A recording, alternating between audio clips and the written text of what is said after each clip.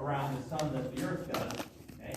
And we want to take that satellite and get it up to the orbit that Mars is doing around the sun. Okay? And we have this information, the distance, the radius from the center of the sun to the center of Earth's orbit is this. And from the center of the sun to the center of Mars' orbit is this. Okay?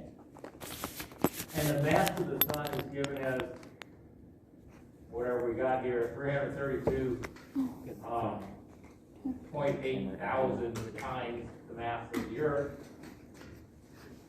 And in order to get from Earth's orbit up to Mars' orbit, we're going to have to increase our speed so we get out of Earth's orbit into this red path. That'll get us to Mars' orbit. And once we get to Mars' orbit, then we're going to have to increase our speed to get into Mars' orbit. We have this delta A, and so that's how we're going to increase our speed from Earth's orbit into the elliptical orbit. Okay, so if this is our speed at this point here, we'll have this delta V A, and that'll get us into a speed here. Let's call this VA prime.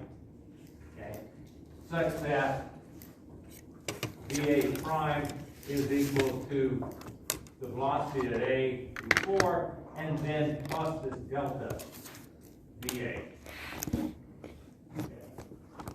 And then we'll travel along this red path, okay, until we get to here, and when we're at this point here, we'll have a speed, call it VB prime.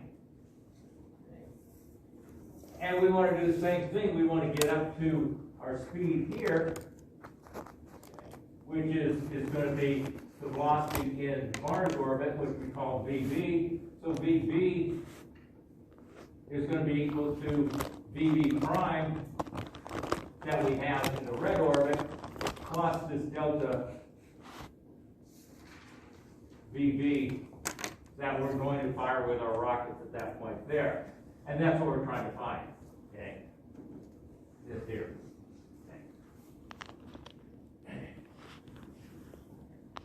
So as we said yesterday, if we can find the velocity when we're in Earth's orbit, okay, then we know what delta VA is, because that gave us that. When we're in this red orbit, okay, that's the elliptical orbit, and at that point, that's when we can use this concept that the angular momentum is constant, okay, which allows us then to say that this has to stay constant. Okay. And we can then figure out how we're going to go from VA prime to VB prime. Okay. And once we get that, then we can figure out what the velocity in Mars orbit is, and that then will give us our delta that we're looking for. Do the thoughts or the steps. We haven't figured out how to do it, but what we want to do. Okay. So what we're doing, this is Newton's law of gravity. This is our Newton's second law in the normal direction. Okay.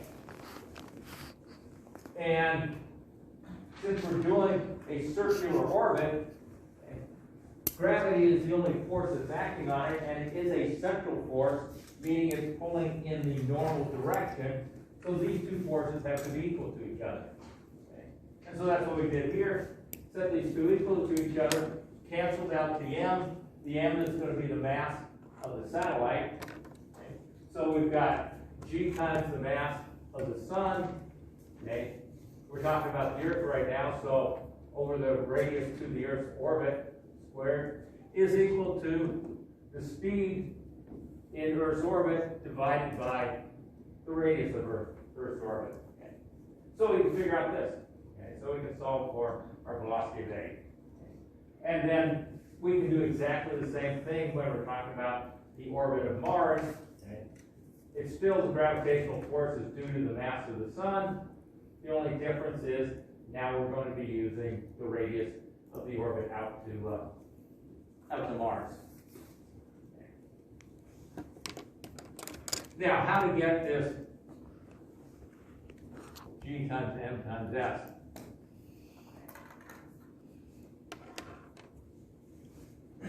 If we could figure out what the mass of the Earth is, okay, they gave us this relationship here between the mass of the Sun and the mass of the Earth.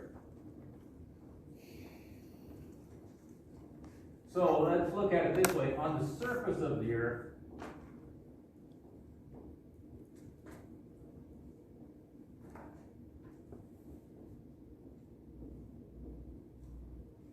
okay, we say weight is equal to M times G. Okay, that's our definition. Okay. But that weight is due to gravity. So it's also equal to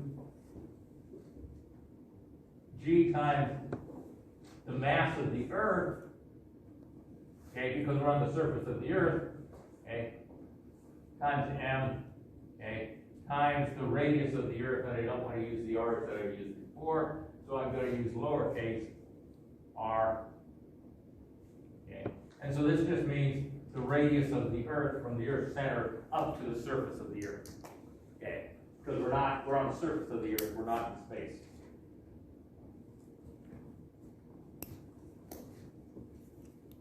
The mass is the same mass we're talking about, whatever mass it is, so that'll cancel out. Okay. And we can say G times the radius of the Earth squared, okay, is equal to capital G times the mass of the Earth.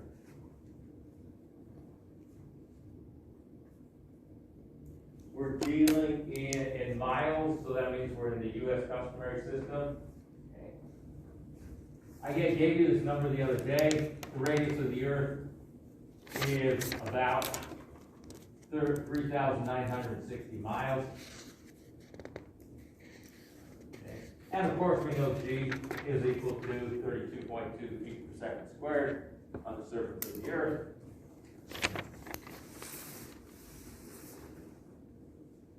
So this quantity, capital G times the mass of the Earth, must be equal to 32.2 times 3,960.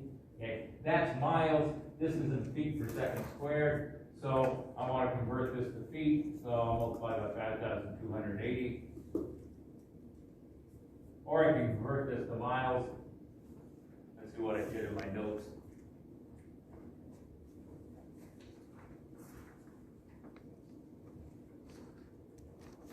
I converted to feet, so I'll multiply by 5,280. Okay, and this is radius squared, so I've got to make sure I square that whole thing. So we're going to get a really big number here, which is okay. We'll just need to keep track of it. Okay. 1.408 times 10 to the 16th. And that's going to be feet to the third power, okay, divided by second squared.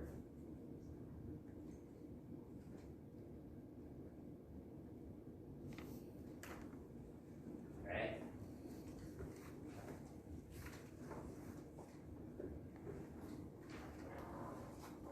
And therefore, the G times the mass of the Sun, okay, has got to be equal to that, where we got this here.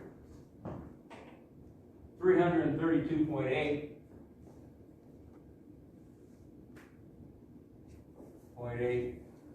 times 10 to the third, okay, times G times the mass of the Earth.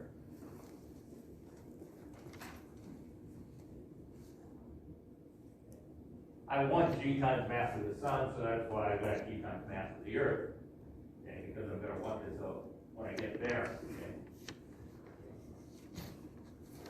So it's going to be an even bigger number, of course. 4.685